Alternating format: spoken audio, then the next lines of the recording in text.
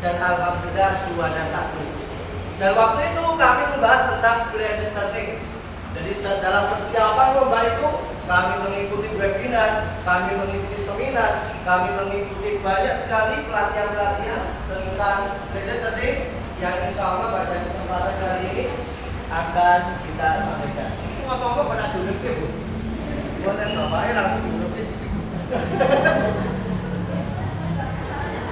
ya, tidak apa-apa lah ya. Bapak Ibu sekalian, nanti saya ngomongnya gimana ya?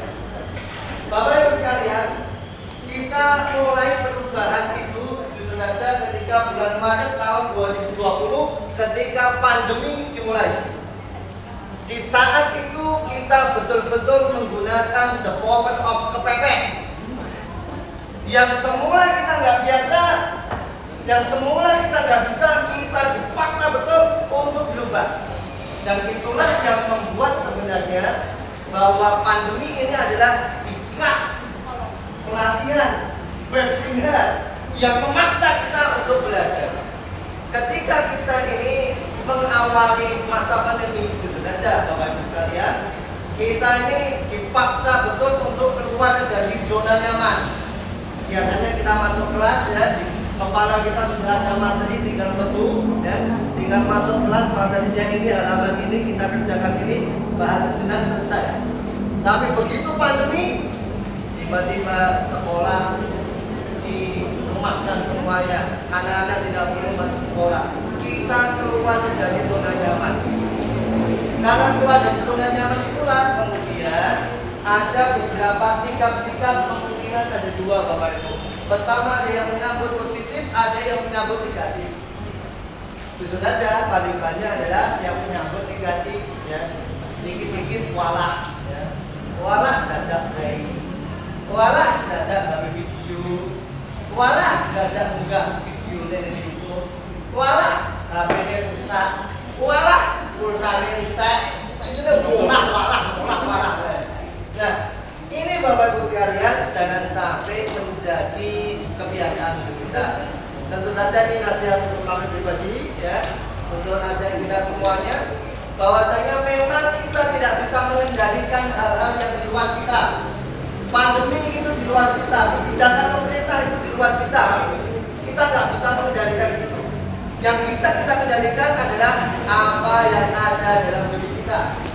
Karena ada yang dalam diri kita itulah yang bisa kita kuasai. Soal perubahan, semuanya akan berubah, semuanya akan berganti. Yang tidak berubah adalah perubahan itu sendiri. Malah ada ya. Kita lanjutkan dulu. Nah, begitu pula ketika kita soal belajar. Begitu pandemi, kita disadarkan bahwa ada banyak sekali ruang belajar yang bisa kita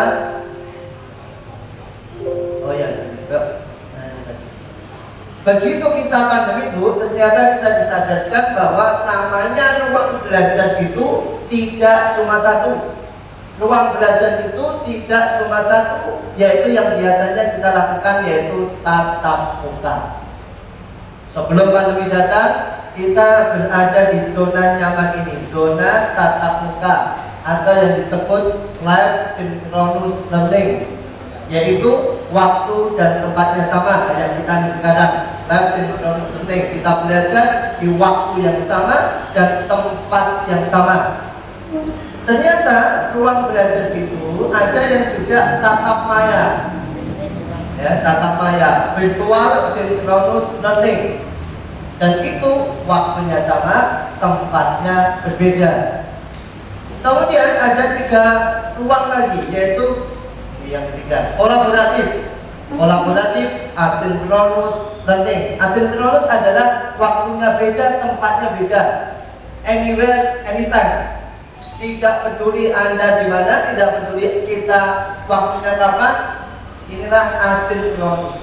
Kapan saja dan di mana saja. Kemudian ada personal mandiri, self-directed asynchronous learning. Ini Bapak Ibu yang tiba-tiba muncul ketika masa pandemi. Dan itulah yang membuat kita harus belajar untuk bisa menggunakan 4 ruang belajar ini. Mari kita bahas satu persatu. Yang pertama Bapak Ibu, tatap muka. Tentu ini sudah menjadi kebiasaan dan kebiasaan kita, tidak perlu diragukan lagi bahwa spesialisasi kita adalah pembelajaran tatap muka. Ketemu di kelas, kita bisa ketawa bareng, kita bisa senyum, kita bisa gojek, bisa guyon. Ini tatap muka. Yang perlu diperhatikan Bapak Ibu, ketika kita tatap muka, ada dua kontinum. Bahasanya adalah dua kontinum. Ada yang berpusat pada guru atau dosen, ada yang berpusat pada siswa atau mahasiswa sebagai anak didik. Mari kita perhatikan Bapak Ibu, kita nih sebagaimana yang disampaikan oleh Pak Sabto dan disampaikan oleh Pak Gunawan tadi, bahwa kita akan menuju sebuah perubahan era di mana tidak fokus kepada guru, tidak sasaran utamanya bukan guru, tapi sasaran utamanya adalah murid. Pusatnya bukan guru, tapi pusatnya adalah murid. Kita lihat, yang berpusat pada guru adalah ceramah, presentasi. Nah, ini guru PAI kayak saya nih ya Pak Bu ya, wah metode paling utama adalah ceramah ila yaumil kiamat. Sampai kiamat ceramah terus. Ini namanya belum agama, bukan ceramah ya. Itu kan ceramah. Kemudian demonstrasi. Ini masih berfokus pada guru, berpusat pada guru. Kemudian real praktek masih pada guru. Tutorial sama, guru masih banyak energi di situ untuk ekspektasinya lebih besar. Nah, kita harus mulai berpindah kepada berpusat kepada siswa. Pembelajaran kita tatap muka harus mulai berpindah kontinumnya dari berpusat kepada guru kemudian berpusat pada siswa.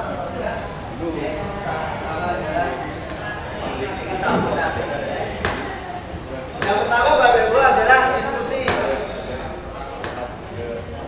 Yang pertama adalah diskusi. Diskusi ini sebagaimana yang kita lakukan dalam keseharian kita, bahwasanya diskusi adalah salah satu pembelajaran yang berfokus kepada anak didik,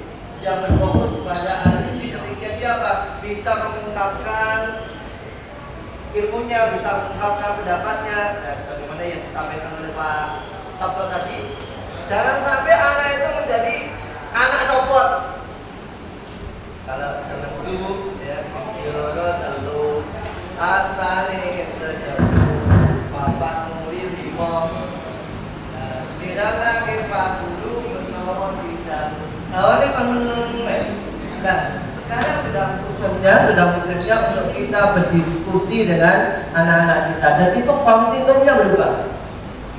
Itulah sebabnya ketika kita mulai ada istilah guru penggerak, merdeka belajar, guru merdeka belajar, kampus merdeka, itu semuanya berfokus kepada kita mengolah agar anak didik kita tumbuh kembangnya semakin baik lagi.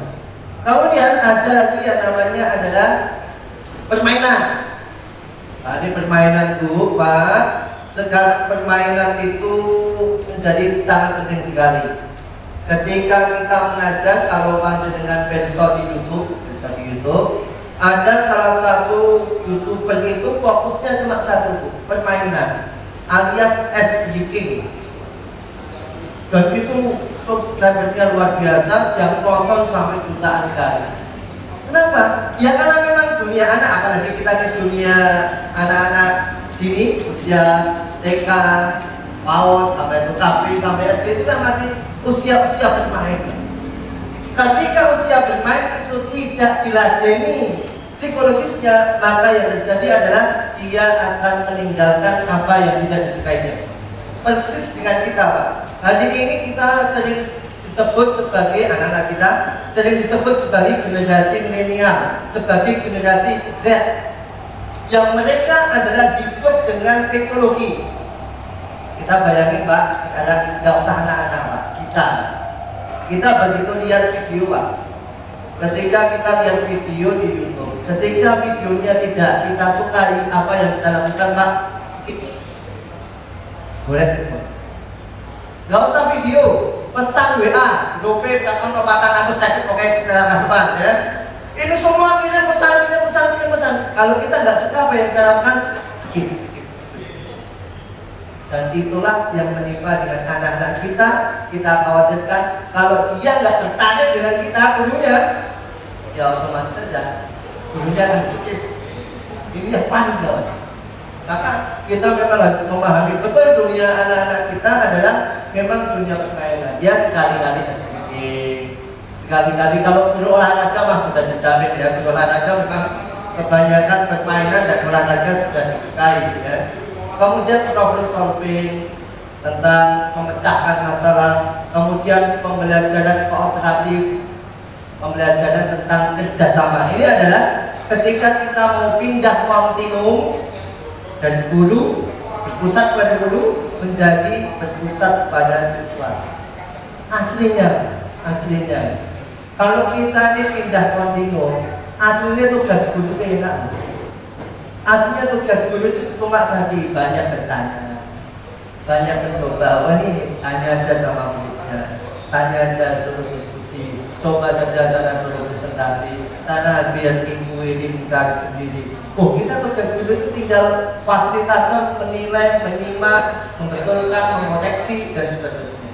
Ini adalah ruang belajar utama pada tatap muka. Ruang belajar kedua adalah tatap maya, bertemu secara virtual, synchronous live learning. Merancang dan melaksanakan pembelajaran yang terjadi pada waktu yang sama tapi di ruang berbeda. Ini Bapak Ibu sekalian, ini yang sudah biasanya kita lakukan, yaitu biasanya pakai Google Meet, biasanya pakai Zoom Meeting. Makanya nanti dan besok Bapak Ibu salah satu pelatihan hari ini adalah kita belajar ini kembali. Kenapa? Karena tatap maya ini adalah salah satu ruang belajar yang harus kita maksimalkan.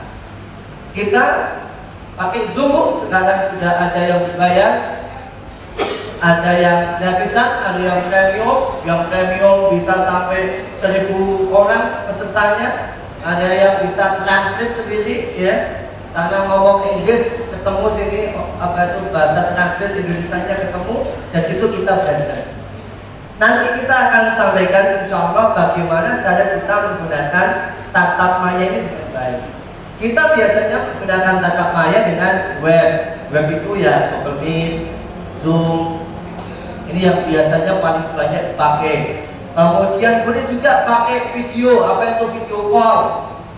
Ya, tapi kalau video call, waduh HP ini nanti HP-nya HP kentang, perusahaan kita sudah gantian ya. Audio yang namanya tatap maya ibu-ibu, bapak sekalian, tidak harus video. Audio juga boleh.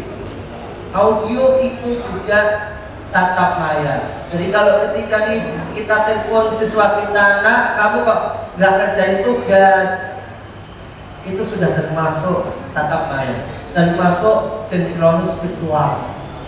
Jadi boleh kita menggunakan audio untuk pembelajaran kita karena ini adalah salah satu ruang belajar tatap maya. Selanjutnya adalah ada kolaborasi interpersonal. Ketika kita menggunakan ruang-ruang belajar di Bapak sekalian, kita belajar di kelas, yes, belajar melalui video conference sudah dilakukan. Tapi harus yang diingat bahwa sebagaimana yang disampaikan oleh Bapak pimpinan kita berdua, bahwa jangan sampai kita melalaikan adanya evaluasi.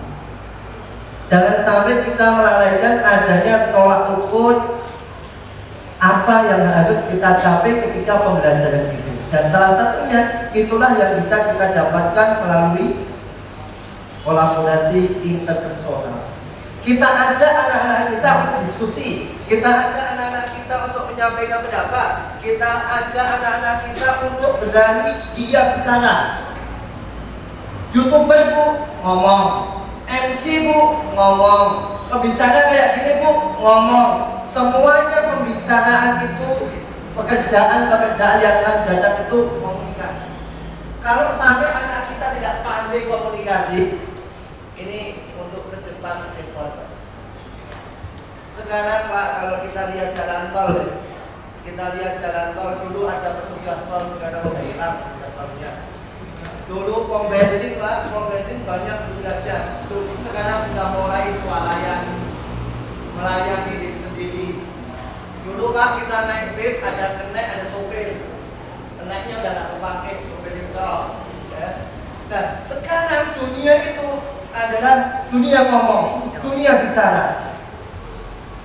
Dan kalau sampai kehilangan kita momentum anak-anak didik kita untuk ngomong, untuk bicara, ini sangat primadona sekali. Nah, ketika kita menggunakan ruang kolaborasi ini, Bapak Ibu sekalian bisa menggunakan WhatsApp, Ibu-ibu, bapak-bapak bisa pesen, bisa kirim videonya. Kemudian silahkan kalian berikan pendapat tentang video ini. Silahkan kalian berikan pandangan tentang video ini. Silahkan dengan teman kalian diskusikan tentang video ini. Dan itu termasuk kolaborasi.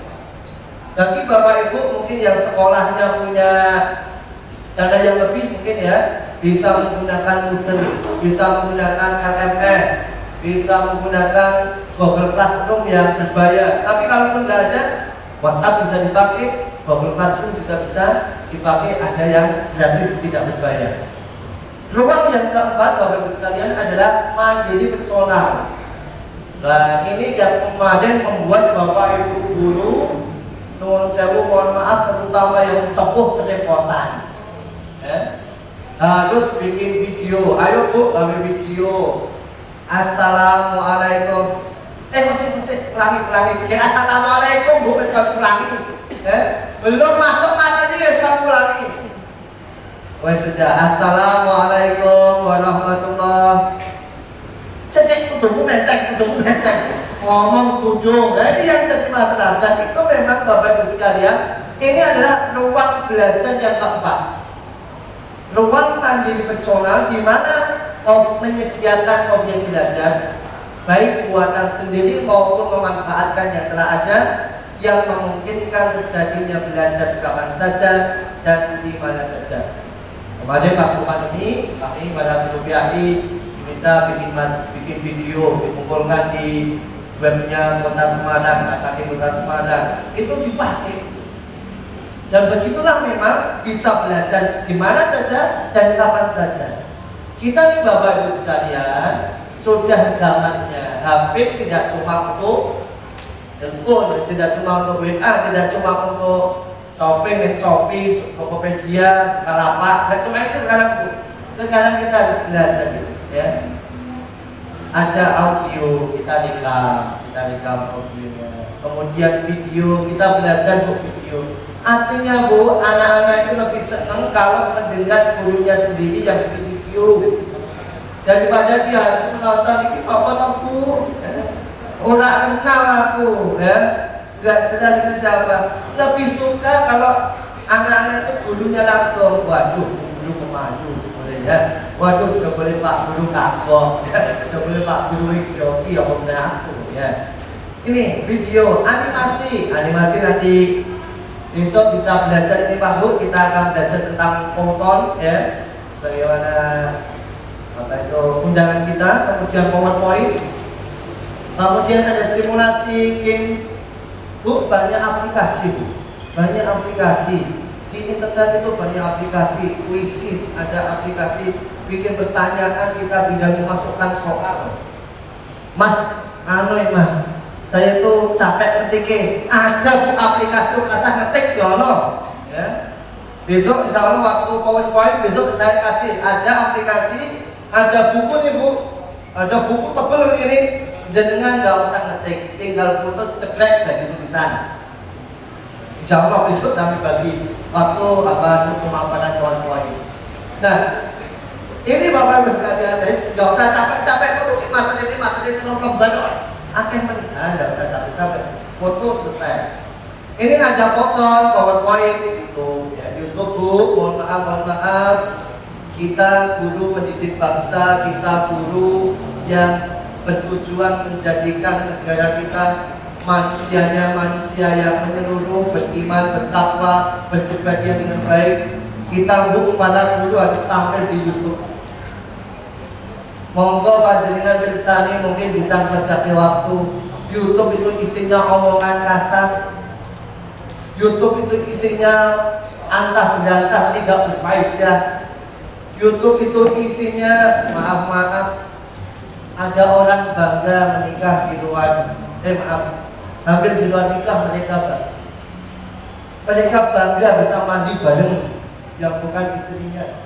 Mereka bangga melihatkan kemungkaran kejahatan di depan kamera, mereka bangga.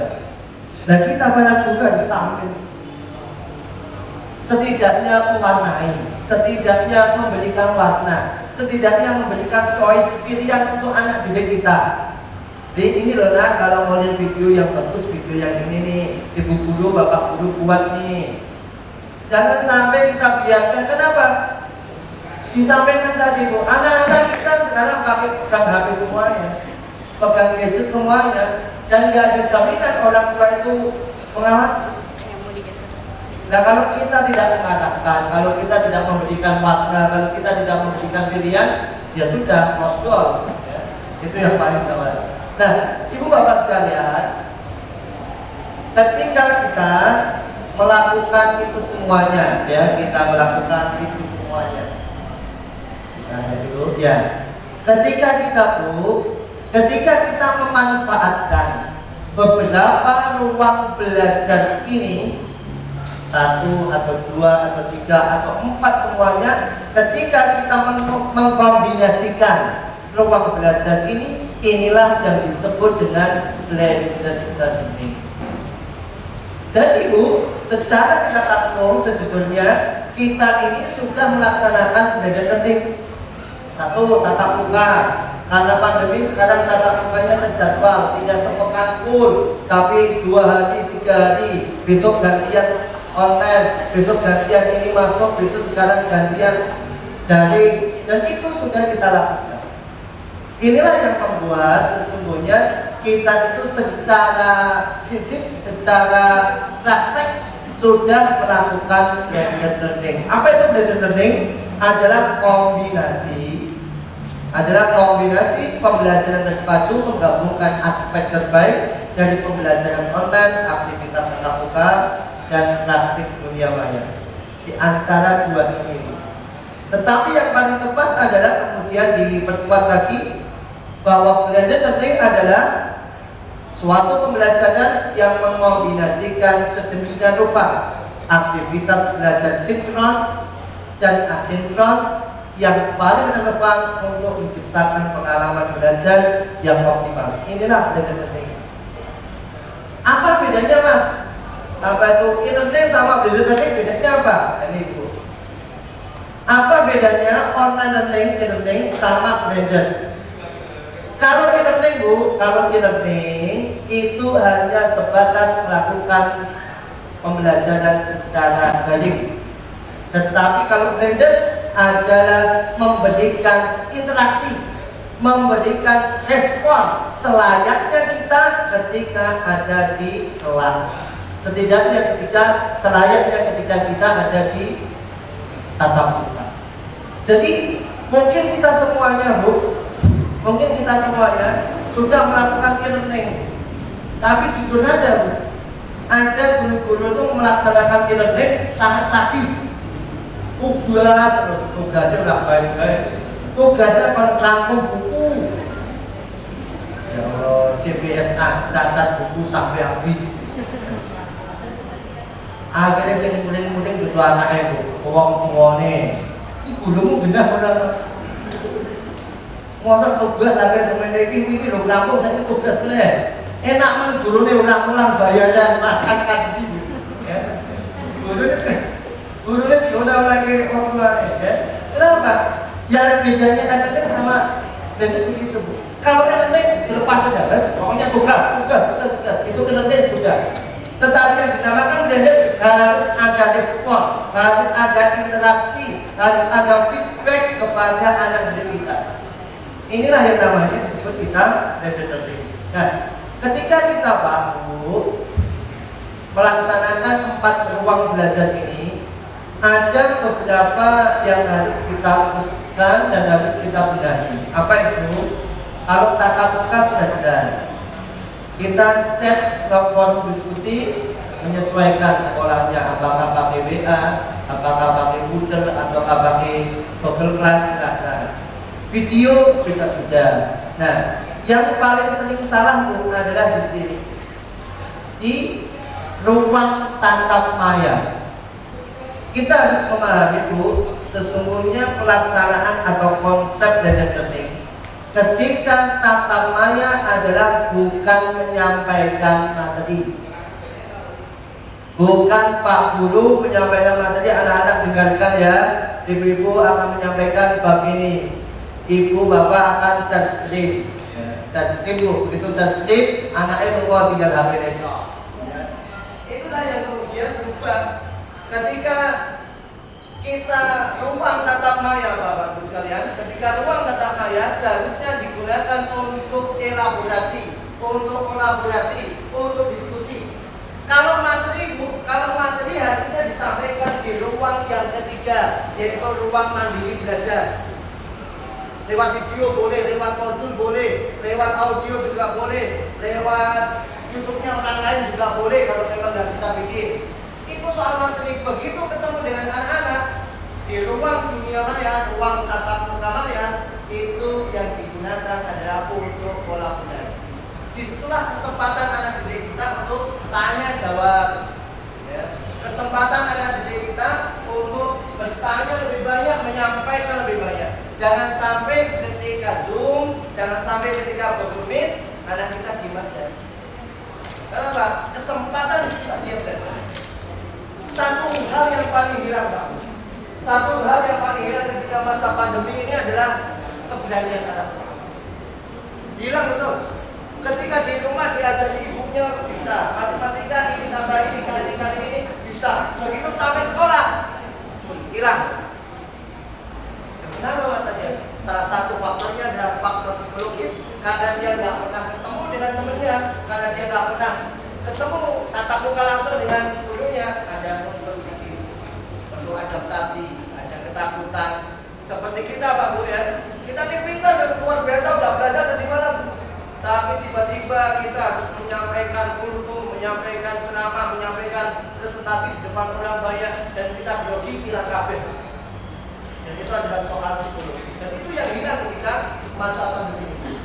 Nah, ketika kita masuk ke ruang 3 pandemi, itulah kita menyampaikan materi. Tapi begitu masuk ke ruang 2, yaitu ruang tatap maya, ruang belajar tatap maya, itu kita mengelaborasi, ajak anak kita diskusi, ajak anak kita untuk bertanya, ajak anak kita untuk menyampaikan pendapat, jangan sampai diam saja. Ini adalah yang namanya blended learning, Bapak Ibu sekalian. Jadi jangan sampai salah paham bahwa e-learning beda dengan blended learning. E-learning cuma ngasih tugas, e-learning cuma ngasih modul, e-learning cuma ngasih materi. Tetapi yang namanya blended learning harus ada feedback, harus ada interaksi. Disitulah yang kita itu dulu hilang sekali, ya. Hampir setahun kita nggak masuk sekolah, maksudnya anak-anak nggak bertemu dengan kita. Maka yang hilang adalah yang interaksi itu. Nah, mumpung ketemu di apa itu ruang tatap maya, ya jangan sampai disalahgunakan untuk menyampaikan materi. Ya. Ya kalau menyampaikan materi ya cukup 10 menit, 20 menit, habis itu tanya jawab. Ya. Bapak Ibu sekalian, alhamdulillah. Bapak Ibu sekalian, ketika kita masuk ke blended learning, memang memerlukan kesiapan organisasi, sumber teknis yang cukup, motivasi dari pengajar, fasilitas komunikasi yang baik, dan saluran umpan balik. Ini Bu, kalau blended learning memang effort gurunya itu memang harus kuat sekali. Ya. Memang gurunya ini harus tambah seumur hidup. Kenapa? Dia harus persiapan, harus mengevaluasi, harus feedback, dan itu adalah sesuatu yang lumrah dalam kehidupan kita. Kita lihat Bu, ini adalah bentuk feedback ketika blended learning. Ada kehadiran pembelajaran, manajemen pembelajaran ini harus jelas sekali menyajikan isu diskusi. Karena tadi saya sampaikan bahwa ruang tatap maya adalah waktunya untuk diskusi, waktunya untuk berkolaborasi. Maka Pak, sampaikan dan menyajikan isu diskusi. Pertanyaan paling gampang adalah tentu saja, bagaimana nak perasaanmu sehari masuk sehari enggak, sehari masuk sehari enggak? Kamu kayak sekolah Daud, ya? Orang poso Daud, sekolah Daud, banyak ya? Itu bisa jadi pertanyaan. Kemudian membangun pemahaman, memberikan pemahaman pembahasan kepada anak-anak kita. Apa yang sudah didiskusikan, apa yang sudah disampaikan oleh anak-anak kita, kalau betul sampaikan itu betul, kalau keliru nanti kita tugas dulu untuk mengarahkan karena memang masih anak-anak. Nah, kehadiran kognitif, stimulasi, eksplorasi, bertukar informasi, ya. Bagaimana nak kampungmu masih di lockdown apa enggak? Bagaimana nak ayahmu sudah sehat atau belum? Dan begitu seterusnya, menerapkan hidup baru. Ya. Yang paling gampang Bu, ini jangan sampai lupa Pak Bu, adalah kehadiran sosial. Kehadiran sosial. Apa itu? Memberikan ekspresi emosi. Bu, kalau kita itu pesan WA, ibu-ibu itu suka nggak kalau dikasih emoticon senyum gitu, seneng nggak Bu? Jangan ampak Bu, ini kita pesan WA sama anak-anak kita loh Bu, ya. Kalau kita ini pesan jualan, ya nggak apa-apa lah, ya. Order sista, kapung nggak masalah ya, nanti apa pesan apa. Tapi sama anak-anak Bu, anak-anak butuh emoticon. Ini gurunya nih ngomongnya sama marah apa sama senyum? Di WA ada emoticon, di Instagram ada emoticon, di status Facebook ada emoticon, di Zoom juga bisa emoticon. Dan emoticon ini digunakan untuk apa? Apresiasi, senyum, tawa, tepuk tangan. Kalau di Zoom ya dan begitu seterusnya. Tanda bahwa kita itu memberikan apresiasi untuk anak didik kita. Nah, kehadiran sosial ini sangat penting sekali. Komunikasi terbuka, ramah, ya terbuka. Ibu bapak, pengalaman saya selaku murid, misalnya saya adalah muridnya beliau Pak. Saya jujur saja sudah tidak ingat Pak, materinya yang disampaikan Pak Adi itu apa aja, saya sudah tidak ingat. Beliau dulu mengajar geografi, mengajar sosiologi, iya, tapi materinya apa lupa. Materinya apa saya nggak ingat, tetapi yang saya ingat adalah guru saya adalah guru yang baik. Guru saya adalah guru yang semangat. Guru saya adalah guru yang hebat. Guru saya adalah guru yang melayani ketika saya membutuhkan bantuan ketika ada masalah. Dan itulah yang akan diingat oleh anak didik kita. Kalau kita cuma ngejar materi guru, sudah saja Zoom 1 jam nggak bakal cukup. Google Meet 1 jam nggak bakal cukup, 2 jam nggak bakal cukup. Kurikulum kita terlalu banyak, ruang lingkup kita terlalu luas, materi kita sangat bersifat. Yang kita tanamkan pada anak didik kita adalah ini, kehadiran sosial. Kehadiran sosial, bahwa guruku ramah. Jujur saja Pak, yang diingat oleh anak-anak itu kan sifat gurunya. Guruku ramah, guruku lucu, guruku galak. Sekarang galak peti Bu, so neres gede malah jadi guyonan. Ya. Jadi guyonan kenapa? Yang diingat adalah sifatnya, yang diingat adalah karakternya, dan karakter itulah yang harus menempel pada diri kita selaku guru, meskipun itu tidak langsung tatap muka di kelas. Dan itulah yang harus kita tanamkan. Jadi ibu bapak Allah, inilah yang namanya blended learning. Bahwasanya ada 4 ruang belajar yang harus kita maksimalkan betul di era pandemi ini. Dan bukan tidak mungkin Bapak Ibu, bukan tidak mungkin pembelajaran seperti ini akan berlangsung terus-menerus.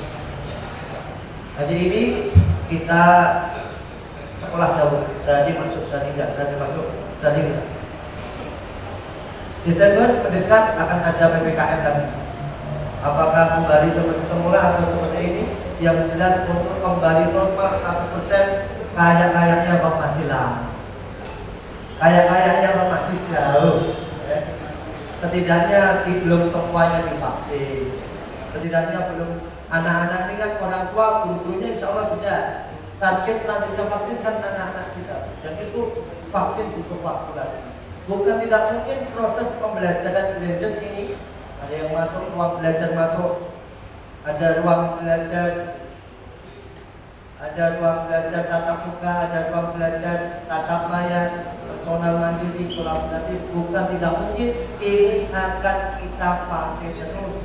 Kita nggak tahu kapan, karena memang menyesuaikan kebijakan dinas, kebijakan pemerintah. Tapi kita bagi guru jangan sampai kehilangan momentum, jangan sampai kehilangan waktu, terburu, waktu tidak akan bisa terulang lagi. Kemarin terlambat, yes, tidak masalah. Kemarin kita serambangan, oke lah, tidak masalah. Tapi umur kita makin tua, dan lagi kita pensiun, walaupun saya masih muda.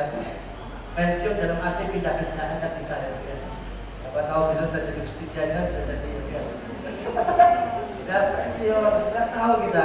Maka apa yang kita lakukan adalah sebisa kita menggunakan semaksimal mungkin 4 ruang belajar ini untuk anak didik kita dengan menanamkan karakter tetap, dengan melekatkan karakter yang baik pada kita gurunya, tetap jangan sampai lepas. Meskipun kita ada di video, ada di simulasi, walaupun kita ini cuma di YouTube, walaupun kita ini nggak pernah ketemu dengan anak kita karena kita cuma chatting di WA, chatting di Moodle, chatting di Google Class, semuanya itu jangan sampai ditinggalkan. Yang paling penting tentu saja adalah mohon maaf karena ini ada saya guru PAI, jangan sampai kita lupakan kita punya hati, anak-anak didik kita punya hati, dan yang memegang hati itu adalah Tuhan, adalah Allah. Kalau Allah sudah berkehendak, kalau Tuhan sudah berkehendak, apa yang akan disampaikan dari hati akan sampai ke hati anak. Kita nggak tahu apakah ketika anak kita sukses, kita masih hidup, kita masih bisa berjumpa, nggak tahu. Tetapi setidaknya kita memiliki sedikit andil untuk kebaikan anak didik kita, untuk kesalihan anak didik kita, untuk masa depan anak kita. Ini Bapak Ibu rahmatullah yang bisa kami sampaikan tentang detik-detik. Insya Allah besok kita akan belajar tentang Google Meet, tentang Zoom meeting, kemudian ada PowerPoint, ada portal. Insya Allah kita pelajari selama 2 hari ini untuk mendukung detik. Semoga Bapak Ibu tambah hebat dan tambah semangat. Terima kasih. Wassalamualaikum warahmatullahi wabarakatuh.